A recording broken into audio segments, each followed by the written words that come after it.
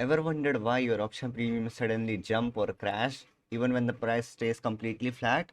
The answer might be hiding in something most retail traders completely ignore. India VIX. Isn't just a number on your screen. It's the heartbeat of market fear, and if you sell options, understanding VIX can mean the difference between profit and panic. So what is India VIX? India VIX is short for Volatility Index. It is the measure of market's expected volatility. It is calculated from the price of Nifty option. So if VIX is 14, the market expects Nifty to move roughly 14% over the next year. High VIX means more fear, more uncertainty, more expensive options. Low VIX means calm markets and cheaper premiums. Later on, I will also show you a real example of how the VIX completely predicted how much the market will move. So first, let's stick on the fact why option sellers must care about VIX. If you're an option seller, this is your holy grail.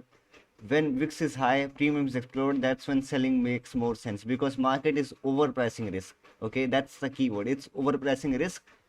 But if the VIX is at an all-time low and you are blindly selling strangles, you are getting paid peanuts to take on the same amount of risk, if not more.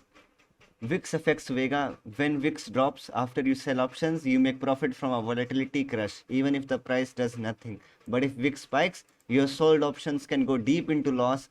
So when you sell options and the VIX spikes, your option doesn't go 1x. It doesn't even go 2x. It can go over 10x if the market overpricing too much. And that's how sellers lose. Their SLs get skipped. They are like getting margin called, and that's how sellers lose. This is one of the main reasons. And how do you use VIX in a strategy? So how do you actually use it? Use VIX ranges to decide your position sizing. If VIX is under 12, then reduce size or avoid selling naked. If VIX is over 16, then it is worth it. You can take the risk. And if you can't take the risk, just take an average quantity. Okay. 2. You need to compare implied volatility to realized volatility. IV is driven by VIX, and if IV is much higher than what market is actually doing, you are being overpaid. You can sell. If IV is low but realized is high, then that's danger. That's when sellers get wrecked. Third, watch VIX trends before event days like RBI announcement, elections, global cues. Premiums inflate before and collapse after. Okay. So as promised, now I will give you a real example. So we will go back to 2020 where the market crashed over 30%. On exactly 24 March, VIX hit a high of about 84. Now what does high of 84 mean? Ask it to yourself. Got the answer? Well, the answer exactly is the market was expecting Nifty to move about 84% in 1 year. And if I go to back to 24 March and I count exactly 365 days, so this is 24 March over here where my cursor is.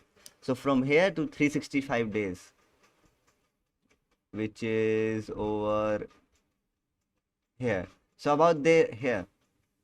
So you can call it like overall like plus minus 5%, like it was exactly 88 or 84%, which is what the India VIX was expecting.